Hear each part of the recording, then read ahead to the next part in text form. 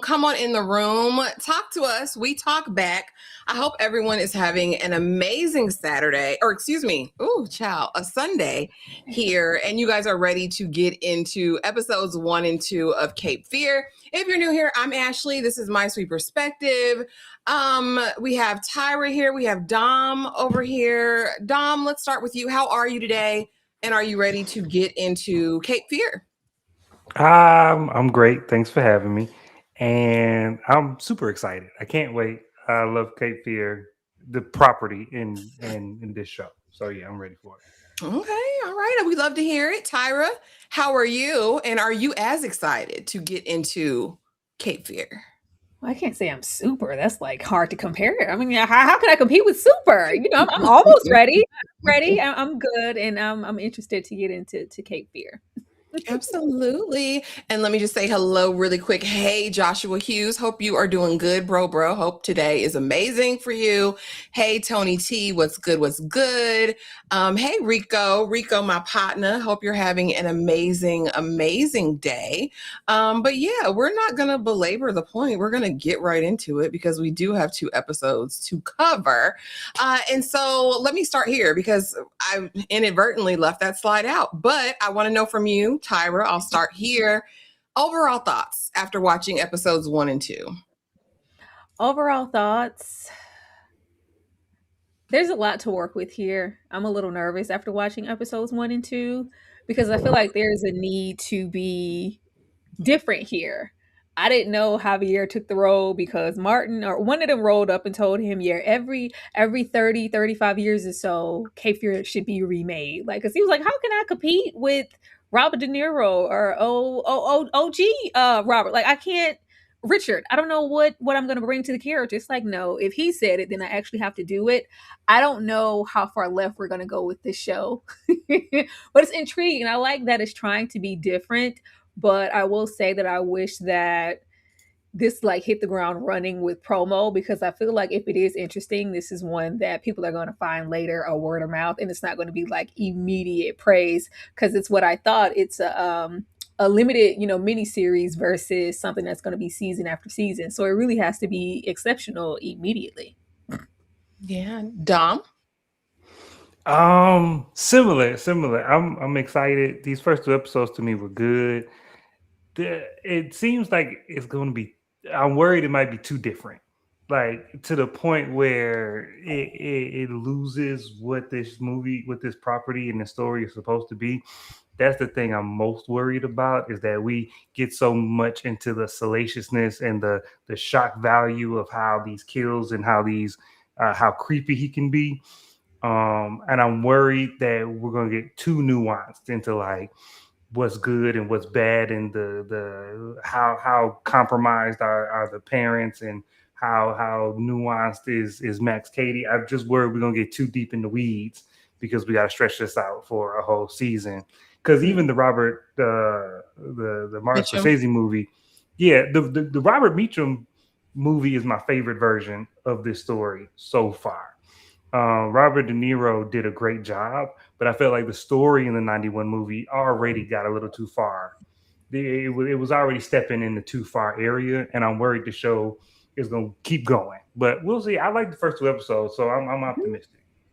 I say go far. I say go all the way. I really, this isn't even my ministry. I did like a couple months ago, watched the 90s version with De Niro. And at times to me, it got almost laughable because you just knew how villainous he was. And he was playing with Nolte so bad. It just was like, this can't be possible, right? Like you almost had to suspend belief watching that one. And so when we came over here, I said, well, they have to reimagine it completely. And I was actually very well pleased with the direction. No shade to De Niro. I love him down bad, but I fear Bardem brought something else to this completely. Like I'm terrified. Javier Bardem is fine. Can I say that? Because I was like, now Now, Javier.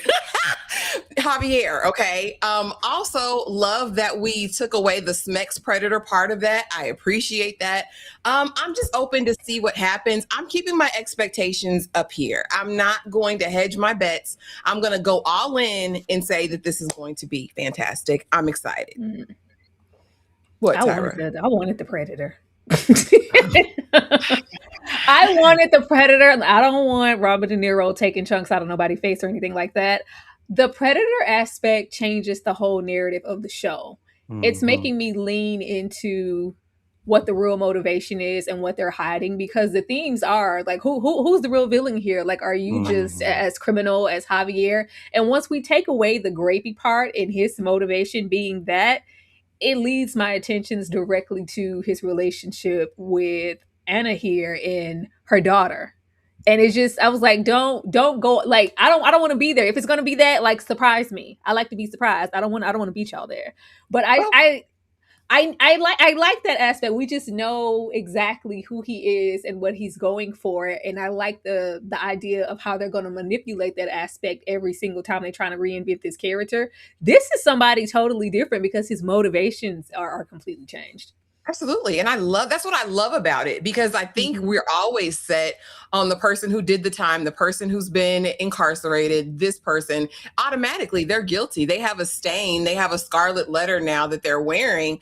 But really, when I'm looking at these first two episodes, I'm looking at this family. I'm like, oh, you guys are the monsters. And I can kind of that. It's still Cape Fear, but who should you be afraid of? Is it though? Is it? I think when we go with like, oh, everybody can get it, then I'm like, okay, well, why we call it Cape Fear? Like, Cape Fear is a straight line. When you go so left from it, I feel like it's just Cape Fear in name only, and that blaring score that you try to throw on top of it. But it's still like this is something else, and I'm sure we'll get into it. But if we add like a supernatural, spiritual aspect, girl, this is a different show. But okay.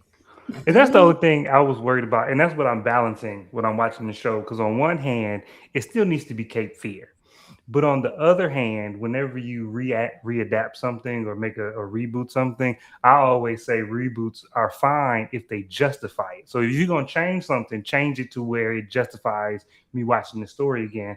So we're going to see.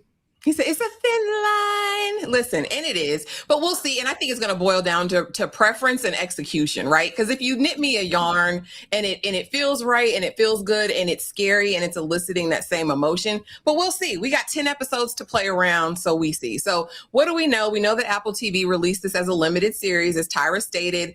There'll be 10 episodes in total. The first 2 episodes premiered last week.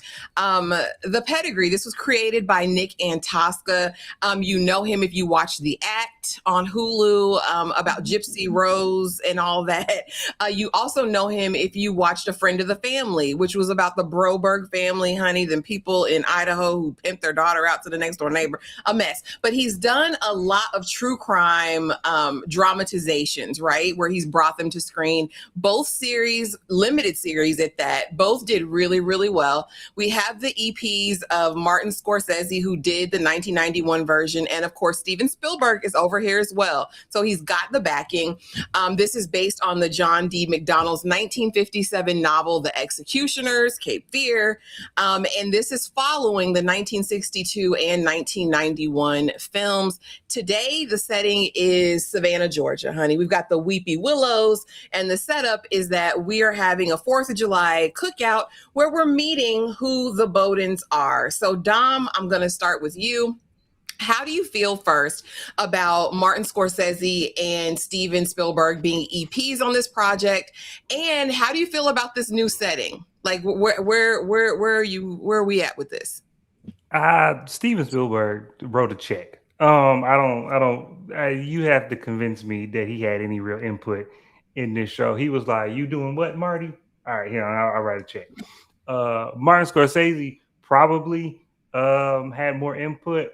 That doesn't bode well as a positive for me, because the only influence I see of his is that negative filter that he used in the 91 movie that I absolutely hate, and he keep using it in this. It's in both episodes, and I'm like, I need y'all to stop it. Turn the filter off. As far as being in Savannah, the Bowdens being a Southern family, I think is important and Savannah's beautiful. I lived there for some time, and so Savannah's beautiful. It's a great city to shoot. Them being rich and then being white and then being Southern is very important to the story. So I'm all good with it. Absolutely very important. Tyra, any thoughts on the setting and on the backing for the project? I want to know how much control or create. Like, what did y'all offer? I want to know, especially with Spielberg, because he was supposed to be at the helm in '91. He said, He said my my sensitive sensibilities can't be over there with Cape Fear. Martin, you can have this, and I'm gonna take Schindler's List. Like it was already a swap back then. I think we're here. I really would like just something refreshing. I'm hoping that they were involved in just name only, like just for legitimacy. But like as far as touch, I wanted to be outside of the typical realm, so that Nick or whoever else involved could just do whatever they wanted to do, and it's not like a need to make sure you add that touch so we can remember that this is Cape Fear. Like, well, no, like Cape Fear 62 and 91 are totally different ends of the spectrum. So let's jump and make this totally like we don't have to be with all the homage immediately. Like let's just have a good time with it, especially since I'm just realizing like a lot of people just did not watch Cape Fear like this. Like I ain't never seen that. I didn't ever see that.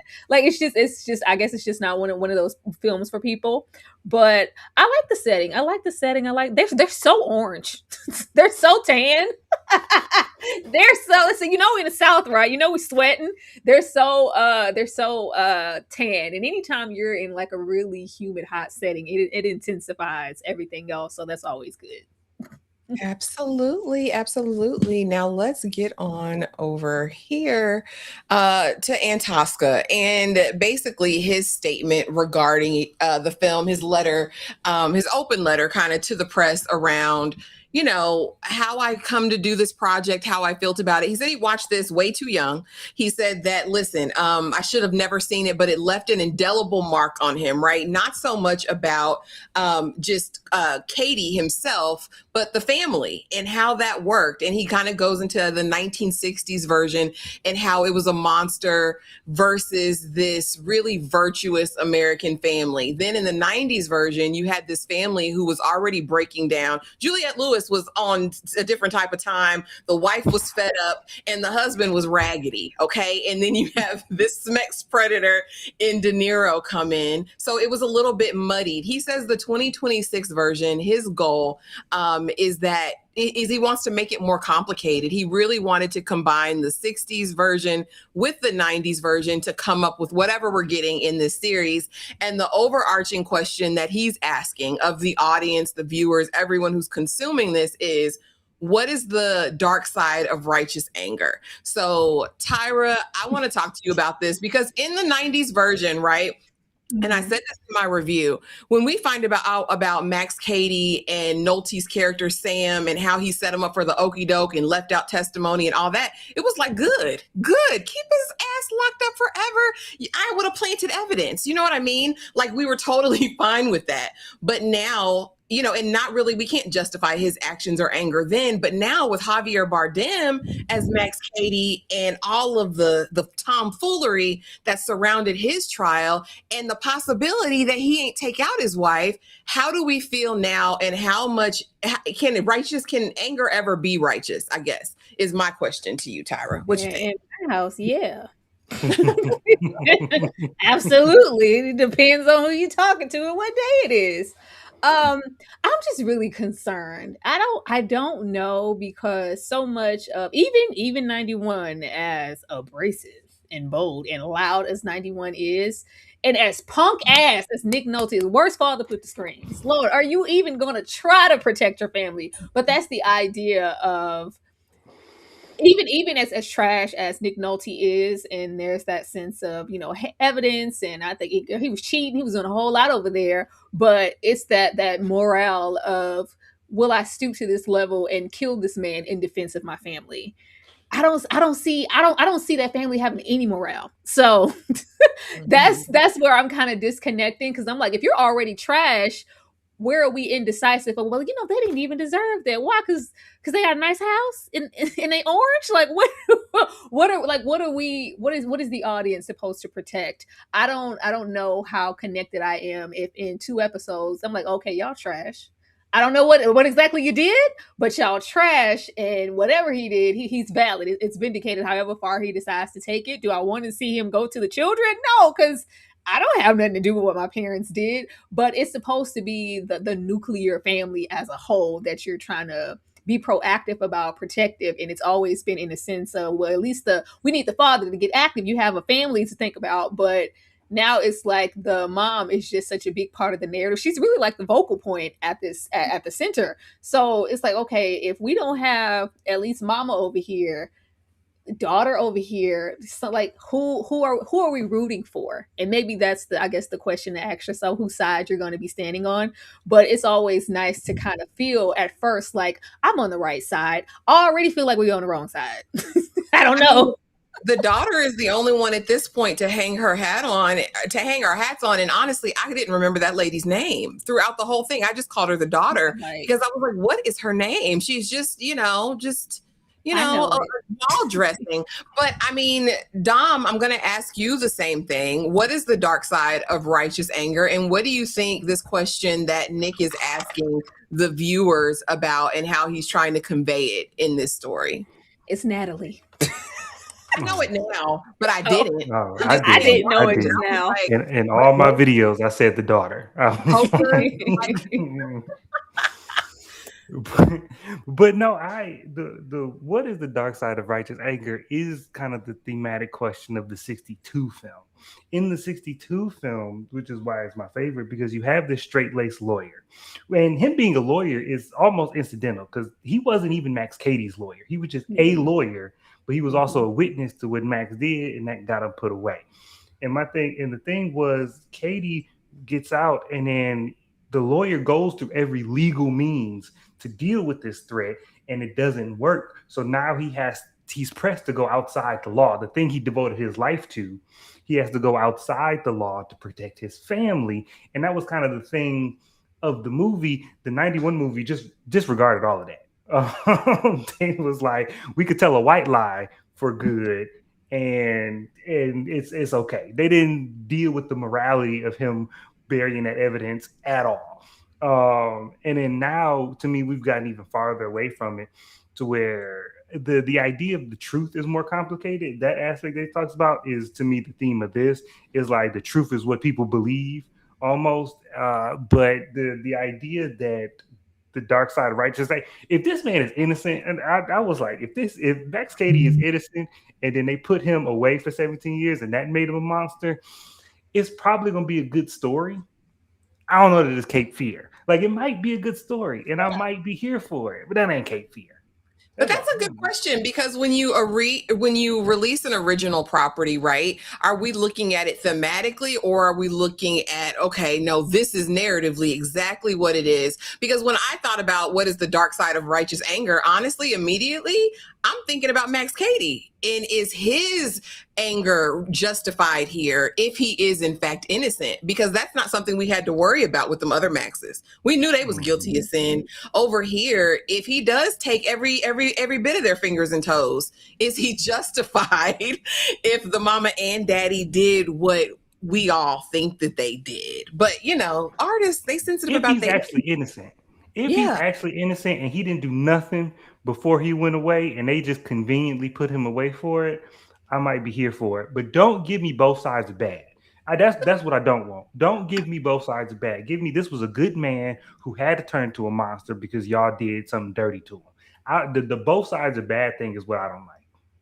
Okay, we're going to see. So we don't want no gray. We want it clear over here. So again, of course, what's different, and you guys, we've touched on this a little bit already, but in this version, Anna is central. The wife is not just the, desperately seeking Susan at home with her paintbrush. Anna was the defense attorney who was working to free Max and lost the case after, well, didn't really lose it because she convinced him to plead guilty, right?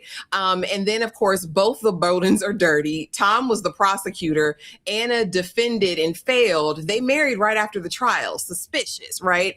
Of course, we are going to an hour, 30, 45-minute movie to now stretching it out over the course of 10, almost every single episode being an hour long.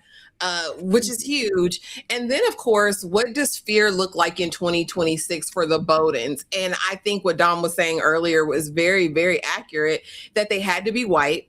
They had to have a level of wealth, and not just regular wealth. This is old money wealth. When you go into Savannah and see the homes and see the trees and see their foyer, honey, this is old money, right? And so it's about public perception. It's about doing good. I like the added touch that she's now working for a program like the Innocence Project. Like, I'm paying this back, right? Like, there's this need. But then on the other side of it, there's a huge air of entitlement, which is really hard for me to connect with her character in any way. Because it's like, girl, how you mad about this man coming home when you don't want, like, what's not clicking, Steven? So, Dom, I'm going to start with you. What do you think about the differences, the changes? Do any of them work for you? Are any of them that you're hesitant about? So this is like you asked the question earlier, do we focus on thematic changes or narrative, like being consistent to the source material? And I don't mind narrative changes as long as we're thematically consistent. And so the idea of both of them being lawyers, and we're focusing, basically Anna is the Sam in this situation because he was his lawyer. Those kind of changes to me are good. And because we doing 10 hours of this, we can delve into the story, and it makes it, and making the husband the prosecutor and all of this, to me, it adds a level of complexity that I think is interesting, and I'm not mad at that. And doing this in 2026, and we already see in these first two episodes the way that we being online and we gaming, and the security system keep glitching. We know what's going to happen with that. Like, the level in which Max Cady can torment these people is unprecedented.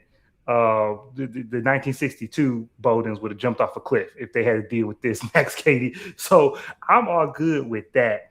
Both the Bowdens being dirty, like I said, is I'm dubious. I'm cautiously optimistic because the show is good. It's building the tension well, so I'm invested. But I just do, if they both gonna be like, what did they do?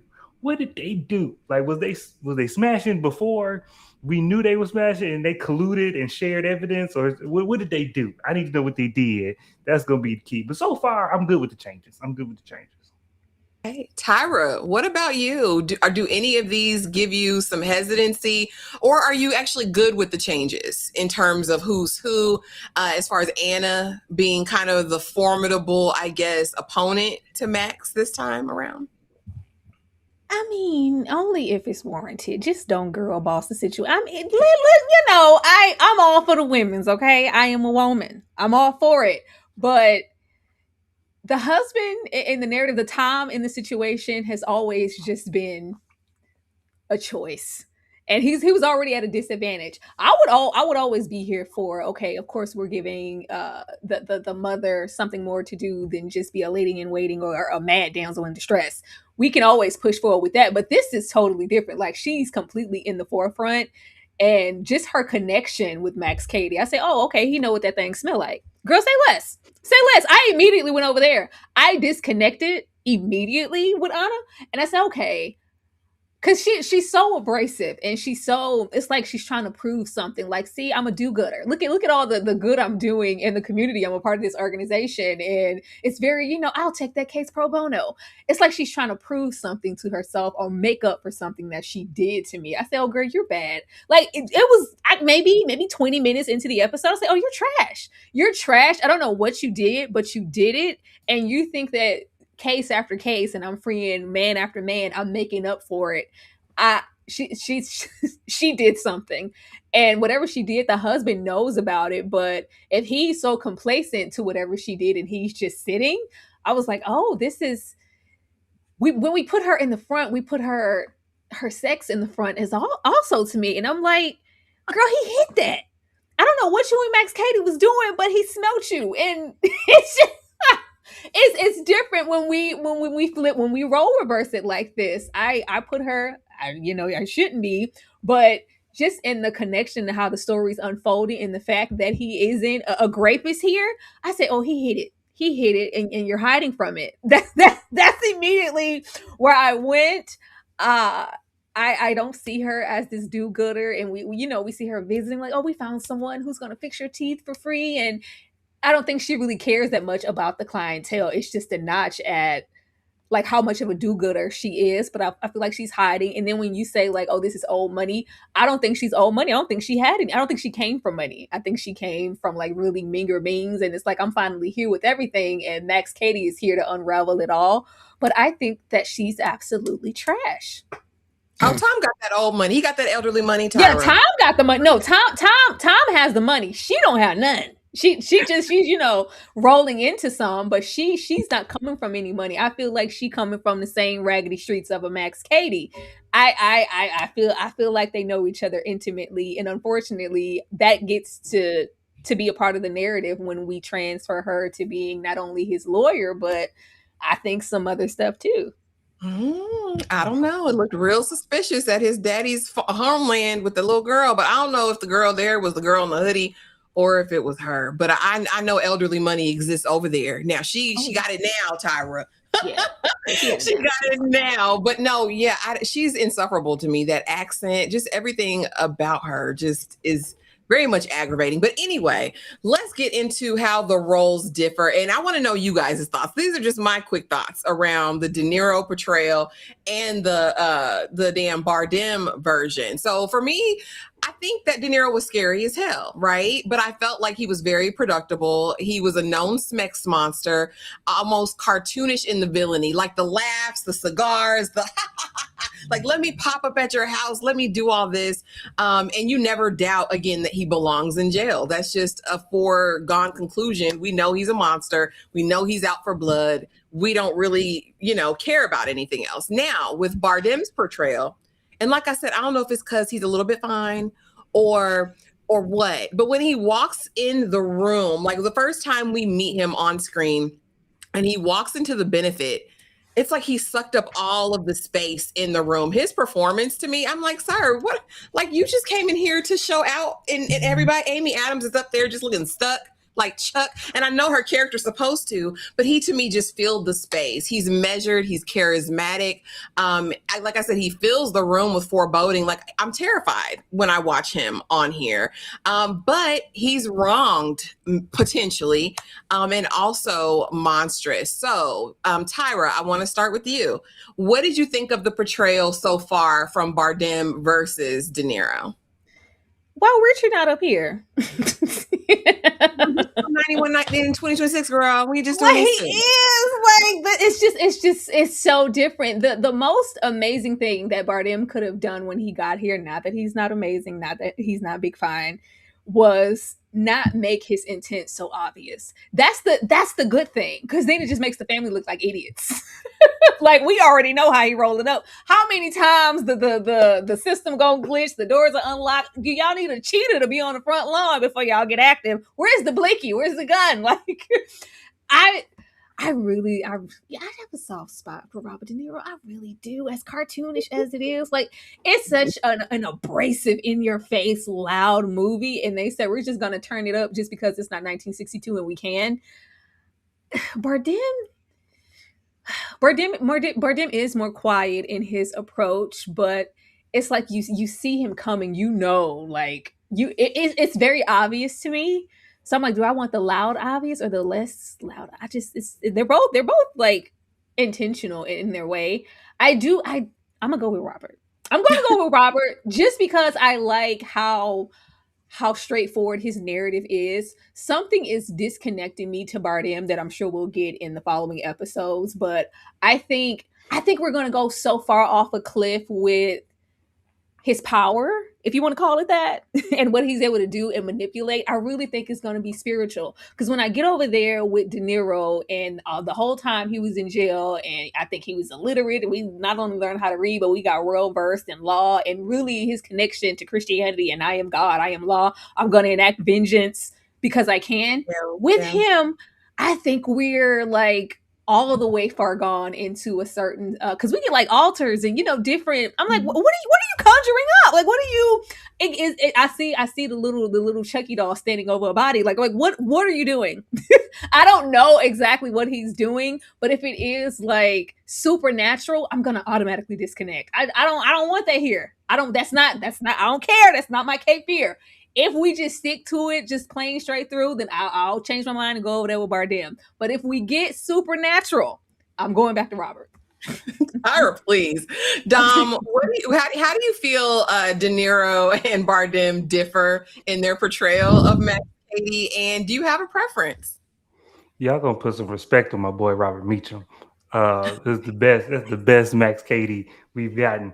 But but Bardem, he's, like you said, more measured and much more subdued than De Niro. De Niro sitting in the movie theater with a cigar.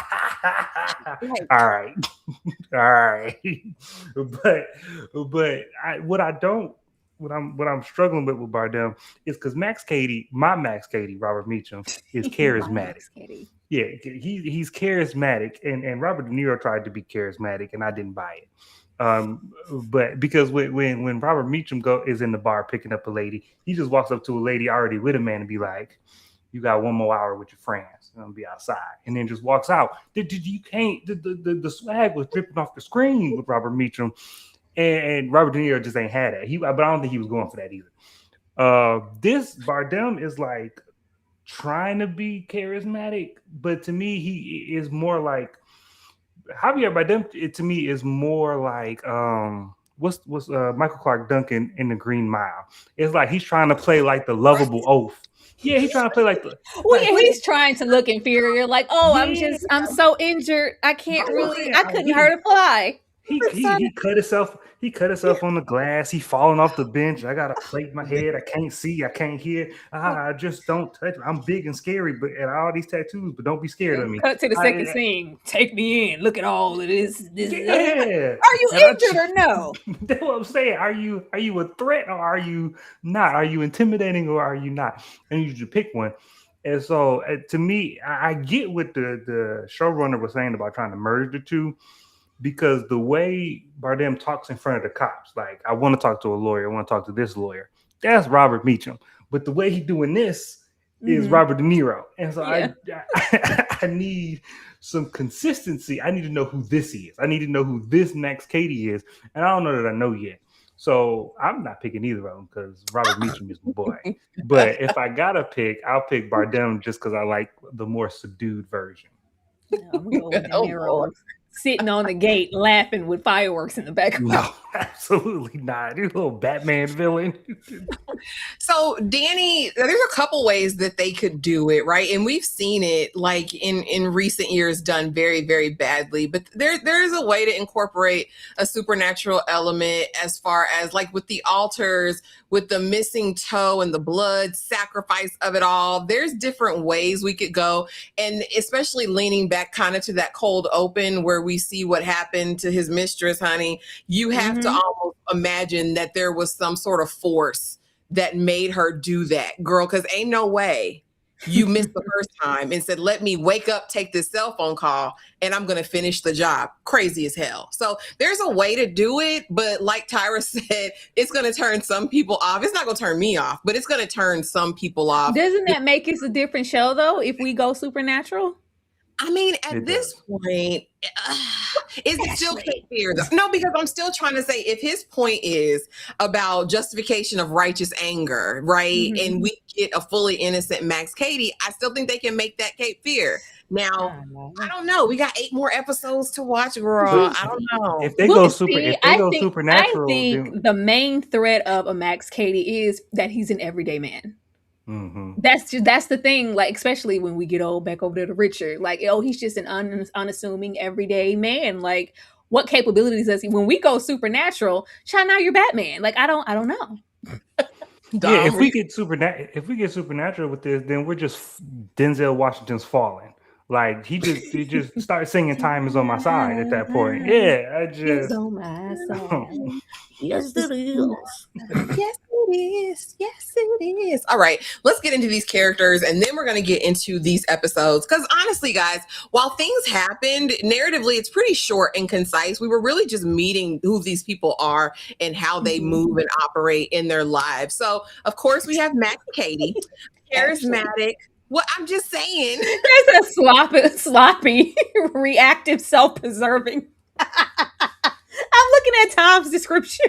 I mean, he's a crackhead. So, I mean, did you want me to write crackhead on the screen, Tyra? He's microdosing. He's a degenerate. He's cheating on his wife and family and probably doing all other manners of evil. And he's weak. Like I said, Sam was bad enough in the other one. I said, I know why they made her the defense attorney because he's not formidable at all. He left her outside with a killer.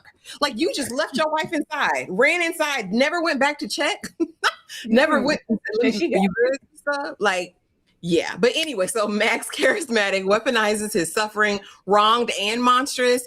Anna, the richest role here. I don't know if it's the richest, but I guess it's the place we have for room for growth, right? If we see her origin story, see her, like you said, from Brick City or wherever, and she got it out of the mud or slept her way to the top, whatever, she'll have a journey. But she's guilty, in my opinion. She is elitist, in my opinion. She is the personification of entitlement to me. Even the way she was talking about good sis CCH Pounder, I don't like that. Noah Toussaint, like don't play in her face. CCH Pounder been here longer than everybody on this thing combined. Don't do that. But Noah probably is my favorite character so far. She said, Anna, I don't give a single damn, baby. She said, I don't give a damn. She said, Max, call him on the phone. Is that Max? I represented him, right? No, I don't give a damn. We need this money. I need this money, Marcus. We need this money. I love her so bad because she's so out of touch or she just doesn't care. Either way, I love her. Natalie is the daughter, the observer, honey, because she is a painting on the wall. I don't know who she is outside of wearing her hokas in a full dress walking down the street with her coffee. I said, who is this girl? She's a 30-year-old woman trapped in a 17-year-old. I don't know. I was about to say, don't. That's not acknowledge the elephant in the room. So, girl, you how old? She looked elderly. Yeah, I thought she was 35. But I was wondering. I was like, wait a minute. She just want to be somebody. It's clear that she doesn't feel like the child that is loved or accepted by both. I'm not even their real child, but you are. And then Zach is a lunatic. Zach is a predator in the making. He's a lunatic who hates his parents, who has dealt in divulging a little girl's pictures all over the group chat. He should be under the jail, but alas, he's not. He's nodding off in the basement, chatting with who I think is Max Cady. In a female form. But these are the characters. This is our cast. Tyra, I'm going to start with you. Talk to me about some of these characters. And so far, who is your favorite? Do you have a favorite? I'll be happy. I just want to see CCH Pounder. I don't care. I be wanting to see the best work and see CCH Pounder. I just be happy to see her and her here being devil's advocate because I don't give a damn. I don't care. Girl, are you scared? Because we're just going to do a little interview. We're going to have them go down. We're going to profit off of this situation, get some publicity and get some more funds for the foundation. Girl, are you sure? It's really all right. Like I just love how unconcerned she is. Natalie is a choice. Once I got past the idea that we were supposed to be 17, I was like, okay, it's more of a blank canvas, but it's giving like check on your strong friends while we're like so fixated on Zach. Let's not just act like she's 100% secure just because she's the oldest and she seems to be the more settled of the two. I think we need to keep our eyes on her as well. Zach. He's a spawn. He's a spawn of something. I think the most intriguing thing for me here, even though we have this robust cast, Zach and the relationship that he has with Max Cady is very intriguing to me because I want to know how far that goes and when it started. Because why are you so mad, though? why you so displaced, sir? You have something really internally going on. Tom, who on the phone, Tom? Huh? Who's on the phone, Tom? Who you talking to? Who you going to meet up with later after your microdosing? Like the way Tom could give a damn, we're going to make sure to make the husband as trash as possible. See, you don't care about this family. You don't care about this woman. Say the quicker I can microdose and get away from them, the better. Anna's diabolical. Okay, she might feel righteous in how diabolical she is, but whatever they said you did it, Anna. And I can't wait till we find out. I don't trust her. Max Cady, I want to know how I'm going to feel about him being vindicated and if he actually did this. If he didn't do this, is a different show if he didn't do it. This is because if you're innocent, this is something else. Like, and I just hate when they attach names to stuff. If you're just gonna make something, just make it that, so that way I won't pin it against anything else. If they would have kept this just as it is, they left out the negative shots or that blaring score, we wouldn't know that this was Cape Fear. We were like, oh, it's just another. It's not giving that. Like, if he's innocent or if he's supernatural, he's a different Max Cady. But he's still fine. He's still really. This is there. It's not There Will Be Blood. This is No Country for Old Men. Like, this man go act down. This man is great. Like, he's a phenomenal actor. But are you a phenomenal actor in the Cape Fear world, or is this a different show? Like, I need them to stick to it. But Anna, I want them to tell me, when they linked up and when she had time to ride on Max Cady, because I know you did it, girl. I know you did it. Did you say who's your favorite so far? My favorite, I'm gonna go with Zach. I'm gonna go with Zach just because he's just different, and I still just don't believe that Natalie's 17. Baby, it was that coffee order for me. I'd like some from the Savannah Roasters, black, hot, extra hot, no foam, no stirring. Sir, who are you talking to? Dom, talk to me about these characters. And do you have a favorite character yet? These characters is crazy. CCH Pounder is almost an anti magical black person, because she has no investment in helping the main character do anything. She is not helping the main character on her journey at all. She is out for self to the point where it's like, I get that the foundation needs some money. I get it, and Max Cady will bring in the dollars. I get that, but you didn't stop for a second to think of the optics of how Max Cady and Anna in the same room might be. You don't know. You didn't talk to this man and see, like, all right, how do you feel about this lady who got you locked up for 17 years? Like, we did the thought, because you still gotta have optics. Like, when you got a foundation, you still gotta have like PR conversations. So her just only thinking about the dollar signs was funny to me. Tom. And I hate being the man talking about Hollywood depiction of men, because I feel like it's easy to slide into the red pill sphere of it. But every new iteration of Cape Fear makes the man more and more trash, and I don't understand it. We could have a good husband, and if we have to have a complex character with flaws, no problem.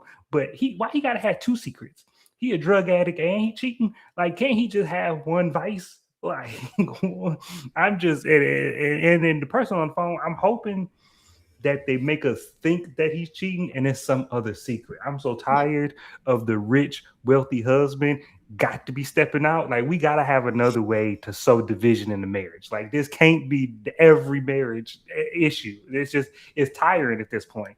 And so I'm hoping somebody emasculated, Dom. I don't really care about the masquerading. I'm just playing. I don't know. Yeah, I don't care about that. I just want better storytelling. I just want y'all to, we got a husband, we got a wealthy husband, we need conflict. Yeah. Cheating, or he's gay, or both. All right. Or give him a gambling addiction. Zach. I didn't cut you off. I'm sorry. Go ahead. No. Zach is cool. Zach and Miss Max Cady's relationship is probably the most interesting aspect of this show, and how this man is going to twist this boy into the knife that's going to cut all these other people down should be interesting to watch. Natalie is a middle child with only two children somehow. She's the overlooked, disregarded child, and that's going to come back to bite these parents. But I have no compassion for these parents, because these are the worst parents on TV right now. The fact that we'll probably get into it, but the way this son treats his mother, I'm like, oh, these aren't real parents. Okay, these parents are horrible. All right. And did you say your favorite? If you had to choose one? If I had to choose one, probably Anna, just because I like Amy Adams. Amy Adams is my favorite actress on here, so I'll just pick it. Really? Okay, choices. I like Arrival. You ain't seen Arrival? Arrival's great. Thank you, Swag Fan, for being a member for 19 months of The Struggle is Real. Hi, everyone. Happy Sunday. Happy Sunday. 19 months a long time. A mighty long time. A mighty long time. Now we can get into the episode one of it all. So we open up at a 4th of July cookout. We meet the Bowdens, and we're immediately rained out. A storm is coming. Yeah, subtle foreshadowing. We know what's brewing under the surface. The family's already broken. Zach hates his parents. Natalie, like you said, is the child that no one loves but does all the mothering, apparently. Because why am I the one knocking on the neighbor's door to find this little boy? You know, you're messing with a little girl. That's what got me when the podcaster rolled up in his, ride to try. You're messing with a little girl. Where's the little girl, madam? Anna is buried in her justice work. She's on a press tour because we are trying to raise money for this nonprofit. And we have about 1 million red flags in episode 1. So outside of the foreshadowing of the brewing storm that's headed our way, we have a family of skunks in the damn pool. If I know that I have done wrong in my former life and I have to pull out a family of skunks, and I know that I have a nuclear family, a husband, a wife, a baby skunk, and another baby skunk, I'm moving. I'm selling the property by proxy, and I'm getting out of the country because clearly chickens are coming home to roost, and I don't want to be here for that. The reporter mentions the case. Can I get, some information about the case? Still, Anna, this smart woman, this attorney, still, it's not what's not clicking, Stephen. Of course, the news then has to come on and tell her that, listen, Max is out. The jig is up. We're doing all of that. And the night before the benefit, Byron, one of our exonerated prisoners that's supposed to be speaking to get these donor funds, not answering the door. And he's really laid out dead with his mama in her oxygen tank. There are so many red flags in this first episode. The alarms going off indiscriminately, shadows lurking in the background. Where's that alarm? No one's like, it boggled my mind, right? Of course, we find out this case returns, that Max actually went to prison for unaliving his wife who was pregnant with his unborn son. And he's freed when his mistress herself, not once, but twice, and has the unaliving weapon, all of the articles. It almost looked like a shrine. Which again play into the supernatural element. Was that her sacrifice for this man? It goes over there. She dies by suicide, takes the blame, all of that. So now he's a free man. At this benefit where we're raising money, Anna's up on stage. Max enters and takes the microphone. Yeah. So Miss Devereaux. Oh, no. It's not Devereaux. It's Bowden, right? Yeah. Mrs. Bowden and that Tom. Oh, so my defense attorney and the person who prosecuted me right over there. But yeah, no, I don't blame anyone. I did my 6,000 days. It tried to kill him every single day, Tyra. He said death was every day. By fingers and toes is how it went. But now I'm here to raise money for the people because I don't harbor any ill will. It's fine. Everything's fine. There's no, I'm just here to raise the money. Later on that evening, we get home after he falls out, cuts himself to show he's not a danger, and tells Anna, don't worry, I never told anybody. What did you never tell anybody, sir? I never told anybody. Went home, and she doesn't realize that she has her handbag, doesn't have her handbag. And I said, okay, you don't have your good purse and stuff? We hear rustling outside. The whole family runs out to see Max walking up the drive because he's been there already. He already knew where you lived. Yeah, you left us behind, and I went inside. It had all your information. So I just wanted to drop the purse. Okay, well, just leave it there. The husband tries to step up. What are you doing here, Max? What's going on? It's fine. Everything's fine.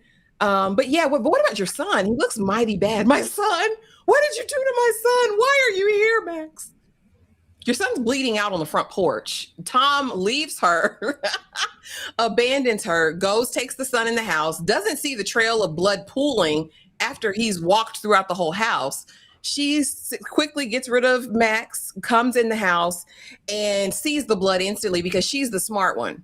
Take off his shoe. We discover his toe is gone, and she sees the recounting of fingers and toes. fingers and toes, heads, shoulders, knees and toes. Max did this to my baby.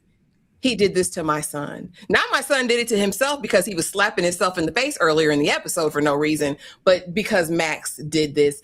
Dom, I'm starting with you. Episode 1, how did it resonate with you? Were there any key moments that stood out to you? And as far as the red flags, if you knew you were an evildoer and you started seeing these little things happen, what actions would you take? I'm just curious. Well, so let me say that this is one of the, in these first 2 episodes, this is one of the few instances where I think the show did something better than both the movies. Because in both the movies, we meet Max Cady immediately, like scene 1, act 1, scene 1. Max Cady shows up and is like, I'm back and I'm looking at you. So now every weird thing that happens, the family's like, Max Cady did it. But in the episode where the weird stuff starts happening first, and it's like, and Savannah being the location, and what Patrick Wilson says about it'll storm for 10 minutes, then the storm passes. It's good parallel. Savannah's really good for that because that's exactly what happens. And so the skunks in the water, the alarm glitching, all that stuff happens before we know Max Cady's out of prison. So it's just ominous at this point. And then we know he's out of prison. Then the guest disappears. And so by the time he's in the doorway with the shadow over his face, it's like the devil is here. Like it was the tension build was so good.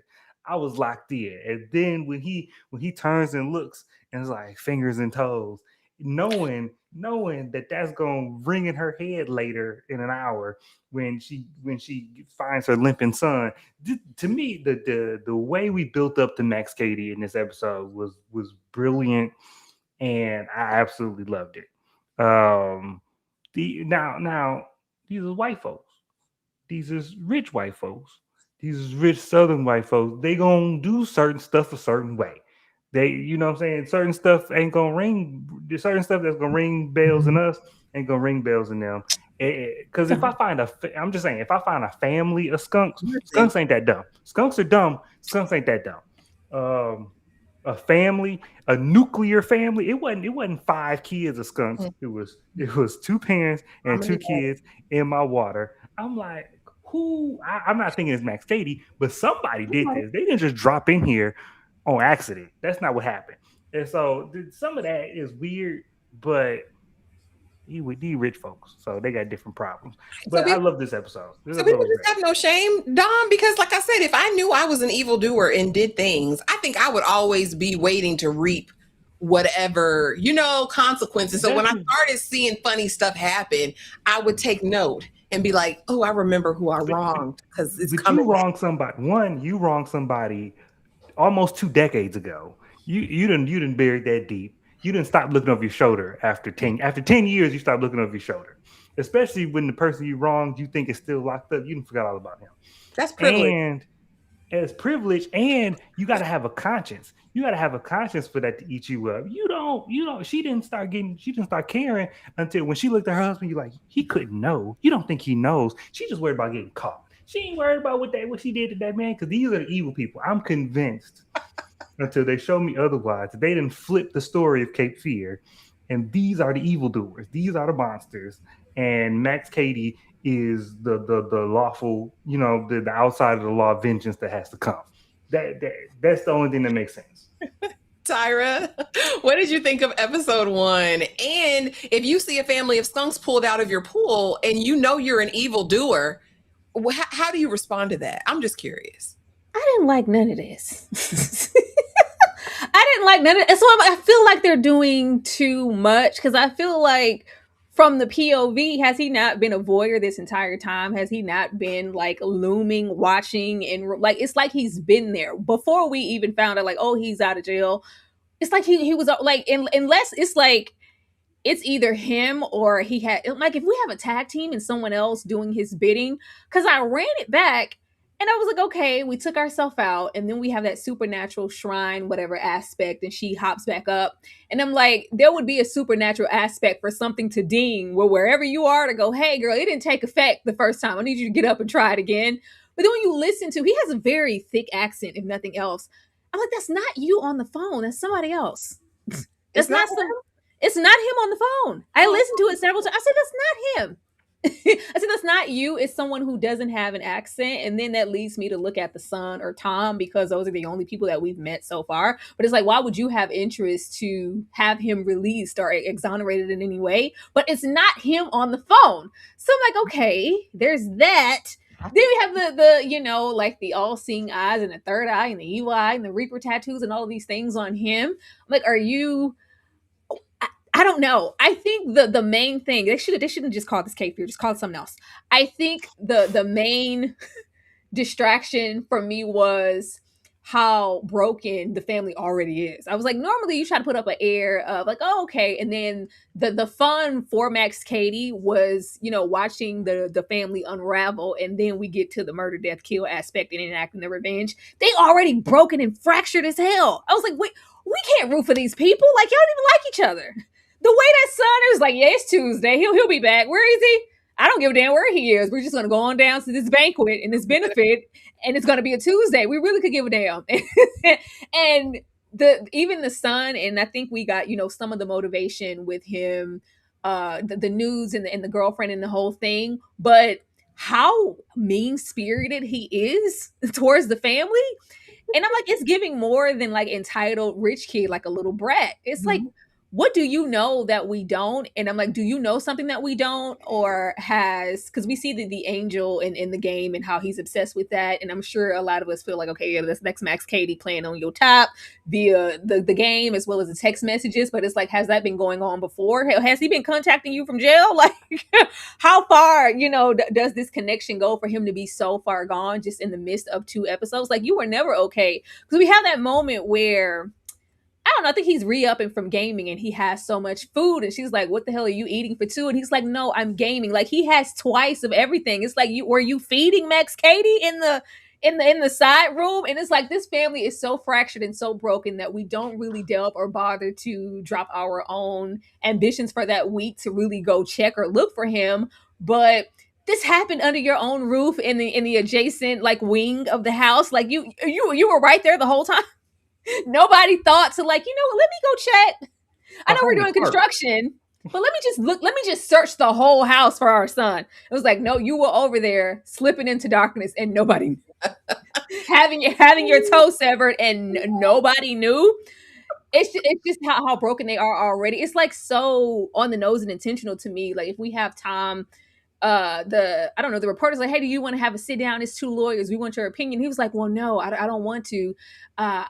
I'm a good lawyer. She's actually a good person. Like, I want to tell you firsthand that I'm trash, audience. It's like, why are we being so brazen? I don't know what I'm supposed to cling to immediately outside of Javier's like really good performance, because he's captivating. But it seems like they were being watched before. It seems like the relationship and the dynamics that he has with the son has been kind of breeding over time, and it's not something just overnight from the moment that you got out. Because by the time we get to, I guess they're encountering the bathroom, it's like, F my family. I was like, what? I know, because they tell the kids, be on the lookout. This man is being released. You know who this man is, and you say F your family. Like, y'all know each other, something odd. And then we have the weird thing of him seeing, I guess, what would have been Max Cady's son if he had aged to the little AI rendering thing. Like, he's like obsessed. I'm like, were you like interested in the serial unalivered like aspect? Did you reach out to him? Like, what is y'all connection? Because it's not this. And then you have Tom over there microdosing, hiding in corners.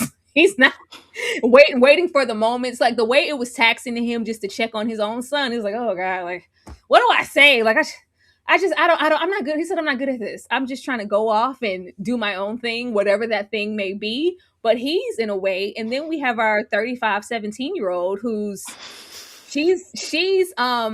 they lost me like right after this banquet, and we have the talk and everything, even with everything going on and how heightened that was, and the son still kind of MIA at that moment. She stopped and made sure in the car to reassure her about the relationship that she had with her ex-husband, how she and Tom got together, and it was kind of kismet. He was like a Prince Charming, and I was like, girl, if this is her daddy, just say that.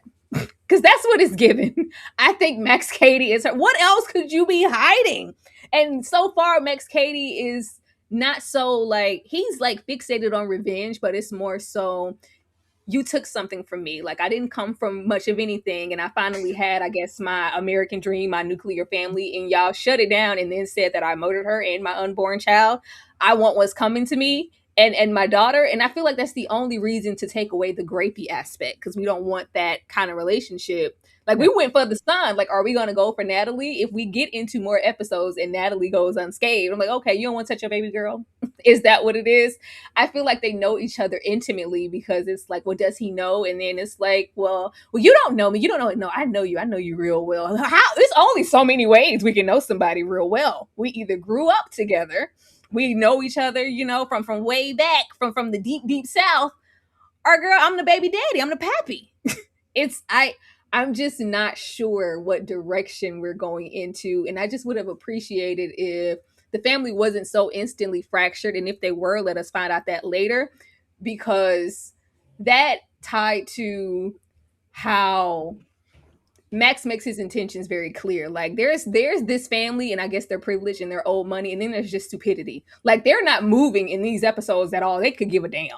They're like, I don't care. The sun is one thing, but that's fine. But the security system, the Forrest Gump, the mountain lion that came out of nowhere. That's the girl. Y'all needed a damn house to fall on the top of your heads. I thought once she got to the house, and it's like, as soon as Max Cady drops, my whole world falls apart. My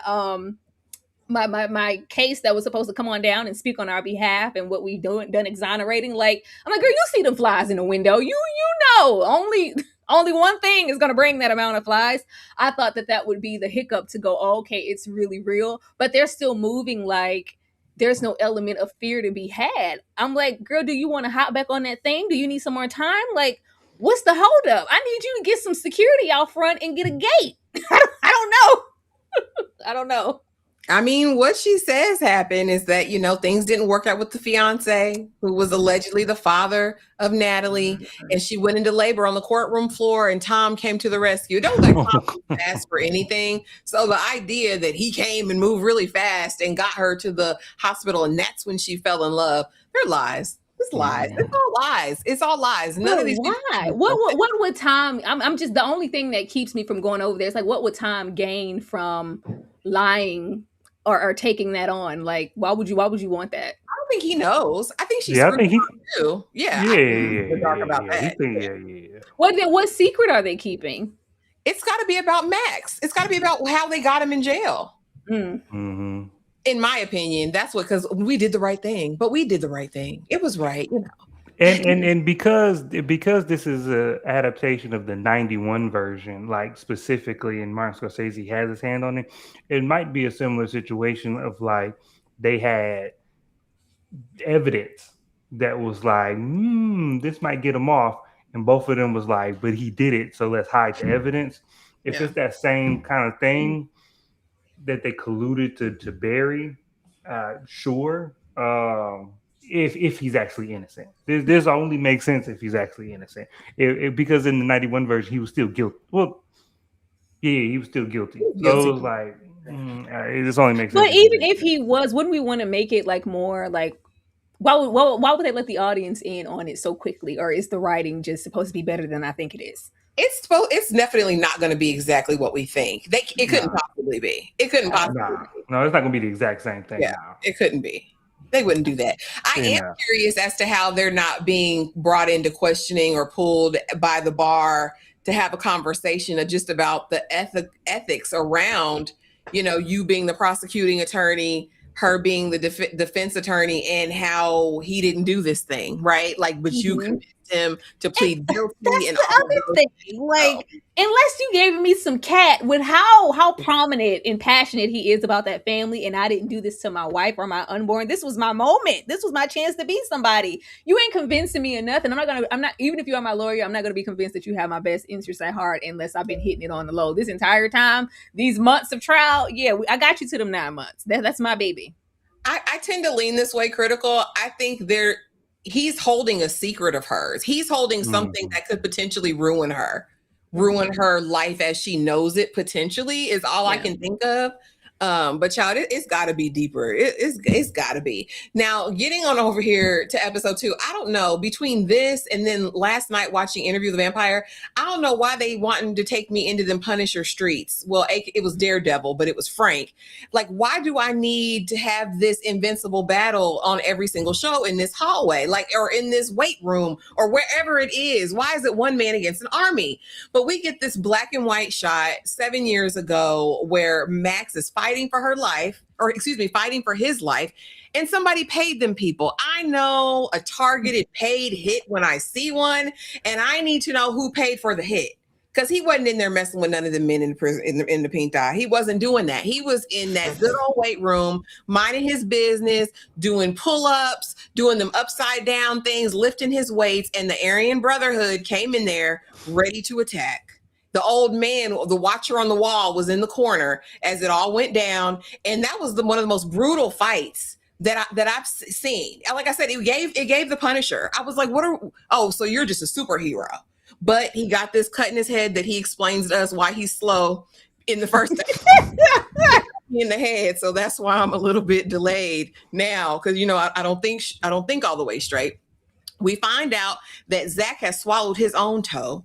I thought he was about to die. I thought he was having an anaphylactic shock reaction to something there, but this was his toe coming back up, and hopefully they can reattach it. I don't know what the stomach digestive enzymes and bile does to a phalange once you swallow it, but hopefully he's able to add it back. But oh no, he's not, because he had it in a jar. They let him keep the specimen. But while they're at the hospital, Max was arrested because we know you did something. He's there, butt booty naked, and she's roaming the halls of the hospital like she just knows what's going on. Comes outside his room, he's showing, the Grim Reaper, the Madonna, the whatever, and all these eyes all over his body. And I was like, is she getting a little aroused? She's hot. I'm telling you, she was hot. Behind that curtain, what did you do to my son? His toe, and we have to have this really melodramatic interaction between them. Tom is floundering because, all right, I guess I'll take you home, son. Son says, I want a black coffee from the Savannah Roaster's house. I want it extra hot. I want it here in the next 2 minutes. All right. That's what I want. These are my demands. But before we leave the hospital, he just happens to bump into Max in the bathroom where, oh, your parents, are you good? Blah, blah. I hate my effing parents. Okay. All right, buddy. We know what it is. All this is happening. Natalie is at home. What Tyra call her 35 and 17. She's at home. Yeah. And I'm like, they're playing ding dong ditch. There's a knock on the door. She opens the door wide and walks out like an idiot. I see a hooded figure run in. And I said, oh God, but Max is at the hospital. So who's running in this house? It's her pocketbook partner, who I believe she bumps pocketbooks with. Pocketbook partner. I said, what is going on here? And, it's her friend, and they want to, have snacks and have a good time. And then we find an altar. We find mice. We find an altar in one of the reno rooms. And at this point, I'm just verklempt, because what are we doing over here? There's also a hooded mystery woman that bumps into Anna at the hospital, that's outside the gate in Savannah, that's trailing and tailing everyone, and I don't know who she is. Byron's body, the exonerated man, is also discovered that he's gone, and now maybe I have questions. Anna, girl, I need Anna to get a grip, because she's the only hope for herself and her family at this point.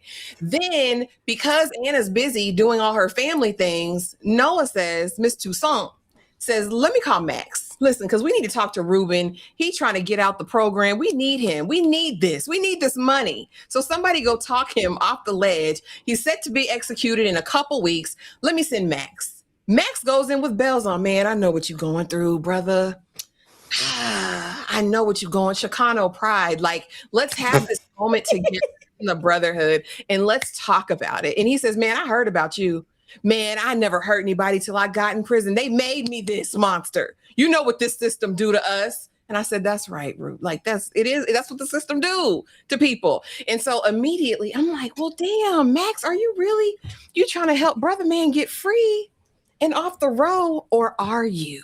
These are the questions. We see Max getting a brand new dog, sending the other man to the Humane Society, because you're not taking care of this dog. Let me get this dog. And finally, we see him shopping for homes, house shopping. And the lady said, listen, I know who you are. He says, listen, the check's going to clear, but I need some space. That lady walked 5 feet over and turned around. No, I need you. I need more space than that. All right, I'll just wait in the foyer. Ho, if you don't leave this house so I can have my hallucination in peace. He sits down on that couch. He sees his dead wife, the baby, the son that could have been, and he melds back into this other world. And I just want to know, Dom, is he right next door to them people? Where is Max? And talk to me about episode 2. Oh, that man is on Elm Street. He right down the street. He the neighbor now. And that's great. It's great. This episode 1, the prison scene in the front in the beginning, the flashback scene was a great homage to the films, because in both the films, in both the films, the Bowdens hire 3 guys to try and kill Max Cady, and he takes on 3 guys and beats them. And so this is the more so than anything else in this episode. That scene made me feel like he was innocent, because what that scene in the movies was supposed to represent was like, that was the first time the dad went outside the law. He finally got fed up with every legal way, and he tried to go outside the law to deal with Max Cady. So that was a law-abiding citizen being reduced to the having to go outside the law, and Max Cady had to deal with those ramifications. And this is kind of, if he's innocent, this was kind of the inverse of that. It was like he was a law-abiding citizen, and he still had to deal with the ramifications of going outside the law with these people trying to kill him. So I love the scene, especially because it was in black and white, which made me think of the 1962 film, which is the best version. And it was gruesome, and it was like, this is the monster y'all turning me into. So I very much liked it. The home invasion, I don't know what this friend is. The girl and her pocketbook pal is the most uninteresting aspect. It's the most uninteresting aspect of this. I'm sure it'll lead to something that'll be interesting. He's here to die. But every time we go to the daughter and whatever the daughter's doing, even though I could pause it, I'm like, now's a good time for a bathroom break. And I don't care. And then the Ruben death row scene, when he went to go talk to the guy, I felt like when he was like, I didn't hurt anybody until they put me in here, I believed him. And maybe that's the show sucking me in, because it's like, oh yeah, you really believed him and he's really a monster. But I'm like, this man is innocent. And that's the only way that that's the only way that this stays Cape Fear, is that, like I'm gonna keep saying it, is he got to be completely innocent. He got to be. But this made me believe it. This made me be like, all right, maybe they doing something really interesting with what is justice and who's right and who's wrong. And this is like a very elevated law-abiding citizen. And so I'm good with that. The toe, the infamous toe. I don't believe these parents. These are the worst parents I have seen in a very long time, because and I said this in my upload, but if you believe that your son disappeared for hours to go meet a girl who gave him some unknown drug, the drug is still unknown. We didn't do no tox screen at the hospital. We didn't do no drug test. We don't know what he took, but he took a drug that made him, you believe, bite off his own toe. You believe he got so high that he bit off his own toe, and then proceeded to put the sock back on and the shoe back on his bloody foot. Like, this is what you believe, and then dazedly walk around your house for an unknown determined amount of time. This is what you believe. And you're not sending this boy to rehab. You're not getting this boy committed. You're going to increase his therapy visits to 3 times a week. What? And then you're going to let him. You're not ordering nothing.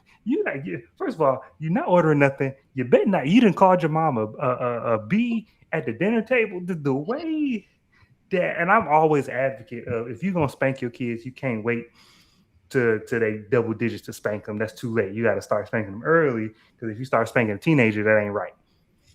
Hit him. He need his ass whooped. And that was the out of all the crazy stuff that happened in these two episodes, the way this boy was talking to his parents with absolutely no repercussion. These parents do not care about this boy. He's missing a toe. He's missing a piece of his body, and we all still going to work. Like work didn't stop. we all still going to whatever we was going to do. The whole house supposed to stop because my son came home sans a toe. All of him didn't make it home. That's the way these parents are the devil incarnate is just abundantly clear to me. And then with Max, if you want America to like somebody, give him a dog. They done made this man get a dog. He got a house. He got a house. He got a dog. All he missing is his family to have the American dream. He just missing his wife and kid to have the American dream. The way this righteous anger is going to descend on these white folks is going to be, and that's why they couldn't have made Max Cady black. They couldn't have told the story and casted a black man because the way this would have been reparations for us, Lord, they would have taken it to the streets. They would have been marching in the streets. But Javier Bardem is just racially ambiguous enough. It's like we don't, especially with his mouth closed before he started talking. He just he like Edward James almost. It's like we know, but we can forget. And it's like that's gonna let it slide. But it was good. I'm here for it. I can't wait till next week. This was good. Listen, it was a conversation Tom was having with the doctor, and the son was like, "You told my secrets." Because he's trafficking in children's pictures now. Damn it, he's a predator. You're a creep. You're a creep. You're a predator. We should have sent you somewhere for that. We shouldn't be having no heart-to-heart talks about an accident. No, you should have went to military school for that. But these parents is horrible. Hey, thank you, Boo, for the $4.99 super chat, the first super chat of the night. Woo, woo, woo. What would y'all do if you're innocent, your defense attorney screws up your deal, then married the prosecutor?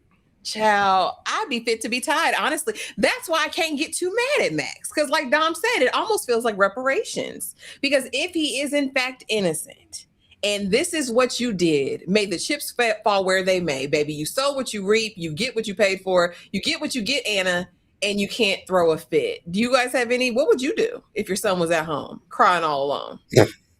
Oh, I'm getting out of jail. And I'm showing up to a banquet, talking about fingers and toes, making everybody like me. Then I'm cutting off a toe, making them swallow it, and I'm getting a dog. He said just straight like that. That's the plan. Yeah. Tyra?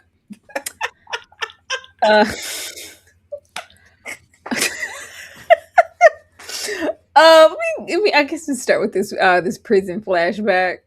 Like y'all said, I really enjoyed the black and white aspect, but this does lean into his mental state.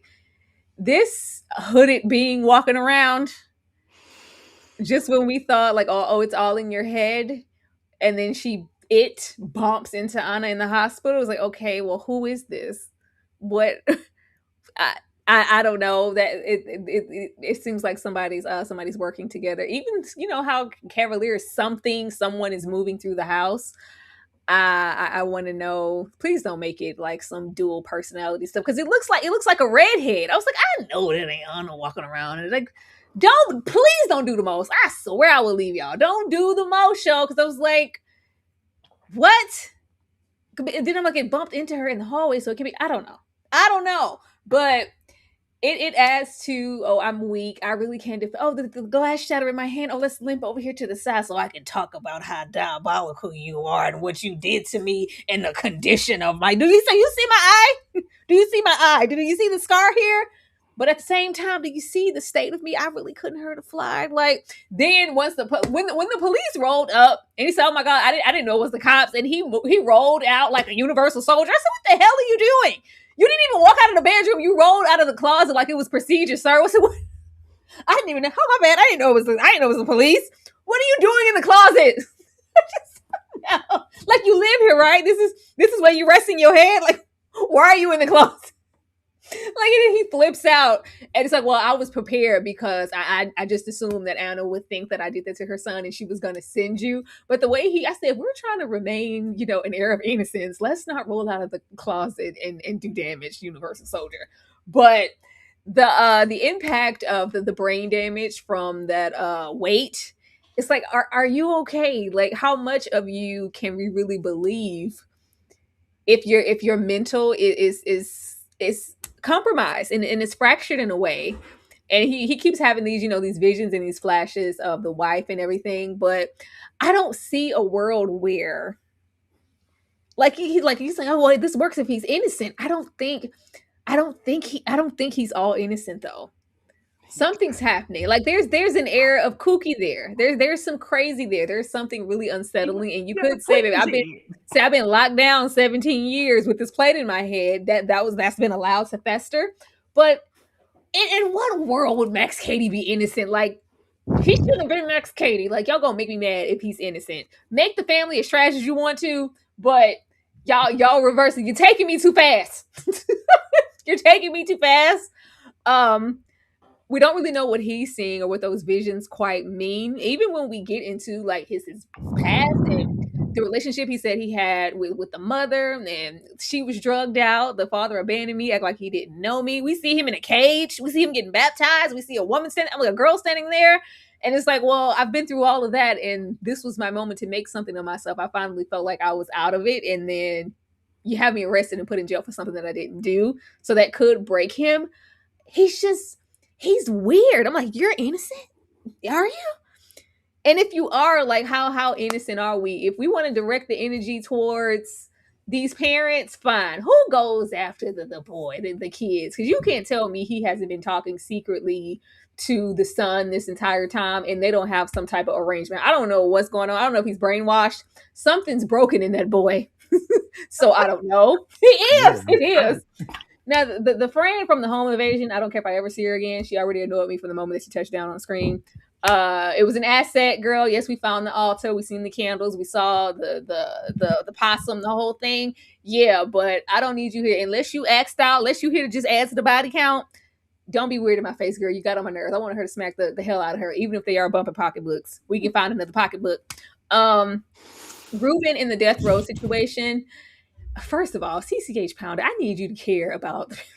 She said this is a foundation. So you see how many blacks working here? We need all the funding we can get. It's hard out here for a black foundation. Get on down there. Say, not only are you going to come and sit and do an interview, she said, yeah, I told him, go on. If you want to do, you want to do something, you go on down and, Ruben said that he was dropping his case and he didn't want to, do you think you can go down there and speak some life into him? Like, who are you talking about?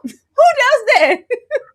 Who does that? And he's there, and of course he does it. But it's like, is that like self-serving? Like, what do I don't think he's gonna do anything or have any motivations that don't apply to his plan. So, what part of that does it play, or is this just something like, well, see, I'm actually a good person. I went down there and convinced that man. Like, I don't know what that's gonna do for him. That damn toe. Tom said, "Well, where's your toe? If you can tell me, if you can remember where the toe is, maybe we can reattach it." Like, where? I said, "Do you care, Dad? Because I can understand the disconnect. Like, oh, that's my my stepdaughter. That's not my. But the son, I'm like, was he yours? Like, why are you so disconnected from your own son? He just didn't really care. And by the time we get to the bathroom, and I'm going up the stairs, and I'm gonna be alone, and I don't know why they're so fractured. It's just something that's been brooding before we ever met this family, before Max Cady ever got out. And I feel like Max Cady been writing him letters or something on the low planting seeds, or he's just been invested so much that he's concocted something himself. But the sun don't even seem that bright. I'm confused. I don't know. Girl, who is Byron? That was the other man in the Innocence Project who had the mama with the oxygen. Oh, I was like, that's Byron. Sorry to that man. He gone. Byron. And that's something. And once again, that was something where it kind of felt like, oh, that's too bad. But now who else do we have that's going to speak on, the name of the foundation? Now we really need Ruben to get active. Like, she didn't care. It wasn't enough concern about that man and his mama on the floor for me. I didn't feel like she cared. Even when it came to Max, I'm about to get real active because my son went missing, the toe. They're like, it's too much going on just the moment that you decide to get out. I don't know. I don't know. Now Max going to get that dog. We stayed in that scene a little longer than I cared to. I said, unless there's going to be a sequence where the Humane Society matters, and in that pit or whatever he's going to swap, we better see that man again for as long as we sat there for him to get that cane corso. See, we're in this scene a long time. And then we're there to spend money that we don't have yet. He said, "This is going to be my house." She said, "Look here." She said, "Do you need some money? I just really don't feel like you have the funds to be here." So yeah, it's going to come down the pipeline. I'm going to get what's coming to me, like in every single way. She's like, "Yeah, I'm going to step right over here." She said, "Don't touch the merchandise. It's out of here." I said, "I need some time alone." I just kept waiting for us to pan to the window and him living across the street. I'm glad we didn't go there, because really, Max, you move like I'm just all innocent, but you move in the house directly across the street. But us trying to move with money we don't even have yet is absolutely crazy. I I don't know how far we can trust Max and his innocence if his mental is so fractured, and if we're willing to do that to a nice innocent boy. I don't know. But that's if he did it. If we try to flip it so much that this family's just so diabolical, they wanted so bad to try to mess Cady up that they drugged their own son, cut his toe off, had him swallow it, and took him to the hospital like they didn't do anything. Don't do nothing like that. Just keep it plain and simple. I mean, ultimately, we'll see. I like how we can kind of question what the system does, because I think this is palatable for some people, more than like Dom was saying, if this had been a Black antagonist or whatever on the show. I think it's palatable for them to receive a Javier Bardem type, go through this and know he was really innocent. So now we can look at these other people as the true villains they are. And I also like that now he's not squeaky clean anyway. I mean, he's done dirt, he's caught bodies at this point anyway. So even if he was innocent before, he's no longer innocent.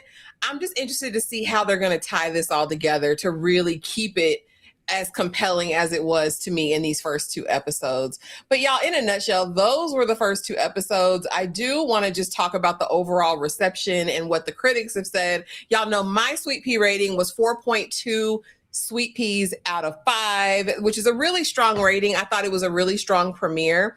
The critics said 77% on the tomato meter ranked this big praise for Bardem and Adams.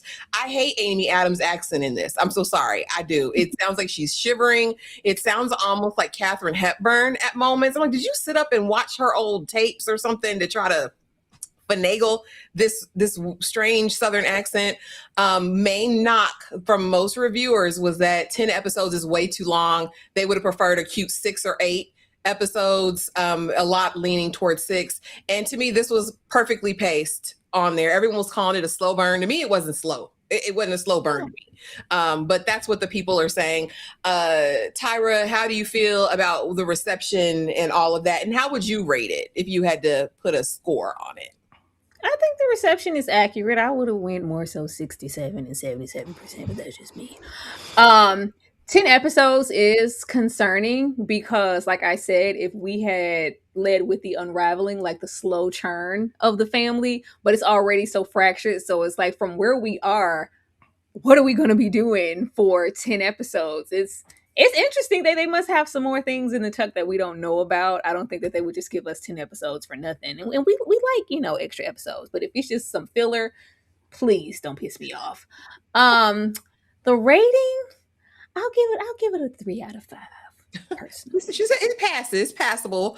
Dom, reception, what do you think about what the critics are saying, and how would you rate these first 2 episodes?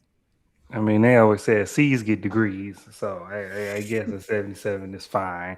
I would have went. I'm a little higher on it than as with all of my critiques and concerns. I probably would have given it like an 80. 80%. I probably would have been like, this was a good. It was also it's also good that they dropped 2 episodes at the same time. Mm-hmm. Because when I watched it, I did not know that both episodes was coming out at the same time. So that's good. I think that kept it from feeling slow. I don't know if they just gave me the first episode, even with that cliffhanger of the toe. I don't know. But watching both episodes back to back was good. I can't know. Like, did these critics get to see all 10 episodes to be saying that 10 Yeah. episodes is too long?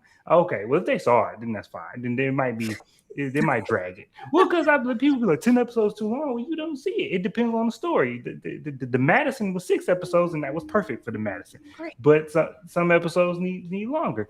I mean, some seasons need longer. I thought that this was short because when I first watched it, I didn't know it was a limited series. I thought we was going to be trying to do more than one season.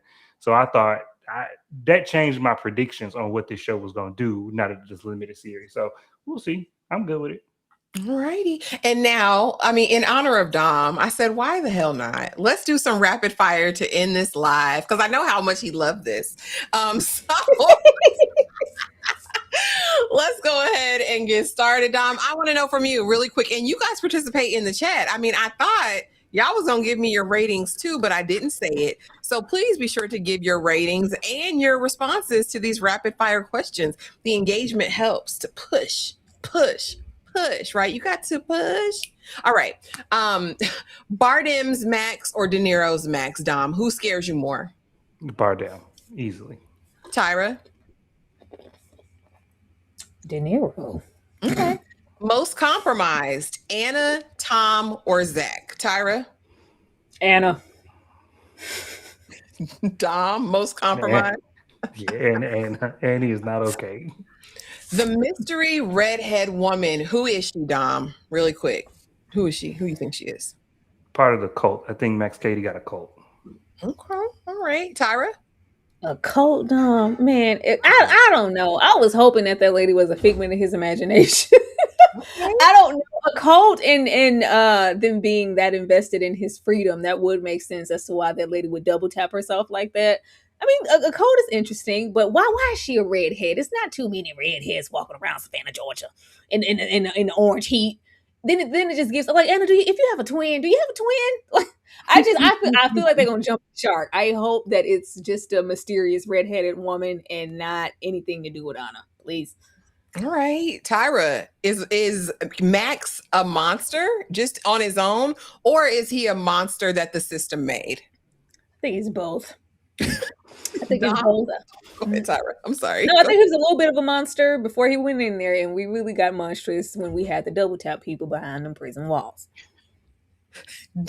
Dom, she said it was a dormant monster. It just got livened up. Yeah, brought out. My hope is they got Tom Hanks locked up, and we got this person that got out. That's my hope. Like Tom Hanks, he was a good American man that they did wrong and made into a monster. That's my hope.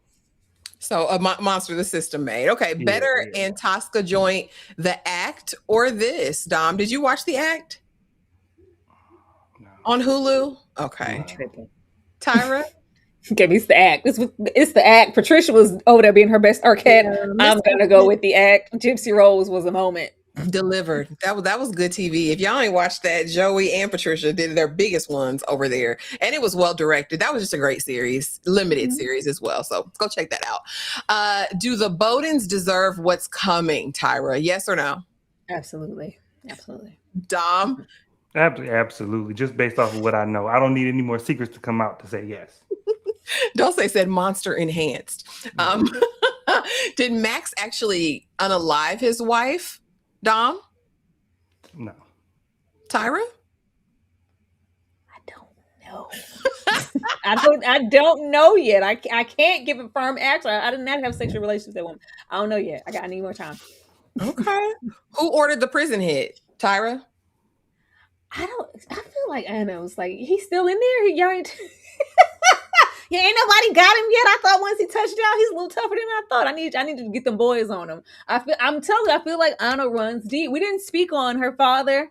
That nice actor, that man. I said, I hope he's here more. I can't remember his name, but the one who's portraying her father here in the series, him just popping up and it's like very excommunicado energy. She wants something to do with you. Like, I feel like she has a past. I feel like she has connection to go, hey, remember me from down straight? I need you going over there and handle him. I feel like it was one of those, and he fought back.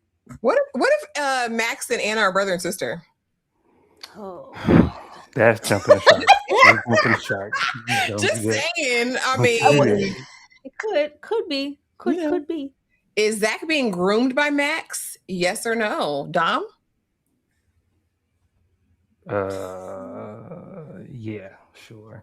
Oh, and I didn't get to answer who ordered the prison hit. Sorry, go ahead. Who ordered the prison hit? Sorry. The Bowdens. That's the secret. That's the secret they keep in. Okay. Yeah. That was right after that 10-year itch or whatever you was talking about earlier. After 10 years, you get kind of, but like it was 7 years ago. So, all right. And you said he's being groomed. Tyra, he's being groomed? Oh, most definitely. He's been groomed for a very long time.